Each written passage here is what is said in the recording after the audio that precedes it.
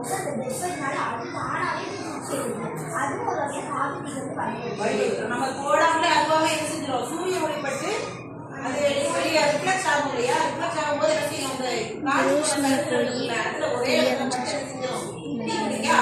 சரி. இப்போ வந்து காடு வந்து எதாலெல்லாம் என்னென்ன பிரச்சனைகள்லாம் காட்டு அழிவிற்கு காரணம்னு இப்போ டிஸ்கஸ் பண்ணீங்க.